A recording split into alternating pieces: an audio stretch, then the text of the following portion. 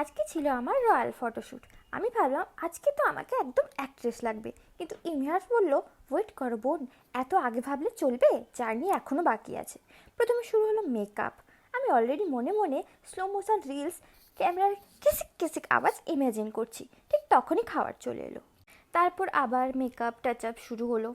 The most dangerous part, contact lens. Lens পরতে গিয়ে আমি লিটারেলি নিজের চোখের সাথে ফাইট শুরু করে দিলাম। চোখ দিয়ে ওয়াটারফলসের মতো জল পড়ছে, আর আমি বসে আছি একদম সিরিয়ালের ছিচকাজুনি মেয়েদের মতো। এরপর জুয়েলারি পরানো হলো, চুল সেট হলো, খোপা বানানো হলো, ফুল লাগানো হলো এমনভাবে যেন এখনই বাজলেও তোমার আলোর বেনু শুরু হবে। রিলসের সং খোঁজাকে শুরু করেছি, ফটোগ্রাফার এসে হাজির। আর ফটোগ্রাফারদের ফেভারিট ডায়লগ, রিল্যাক্স করুন, ন্যাচারাল থাকুন। তাই এতক্ষণ ধরে টর্চারের পর আমি ন্যাচারাল থাকবো কী করে? তারপর ব্যাকগ্রাউন্ড ডেকোর করা হলো, একদিকে লাইট একদিকে ফুল, সব মিলিয়ে মনে হচ্ছিল বলিউড সেট, দুর্গাপূজা প্যান্ডেলের মিক্সচার। তারপর আমাকে বসিয়ে বললো ক্যান্ডিড পোজ দিন। আমি তখন বুঝতেই পারছি না ক্যান্ডিড কী করে দেবো, তাই র্যান্ডম ফানি এক্সপ্রেশন দিয়ে যাচ্ছি।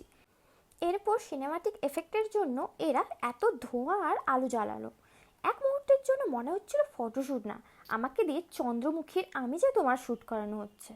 এত ড্রামার পর আবার টিফিন খেলাম, তারপর সবাইকে টাটা বাই বাই বলে শাড়ি সামলে সেলিব্রিটি মুড অফ করে শান্তিতে বাড়ি চলে এলাম।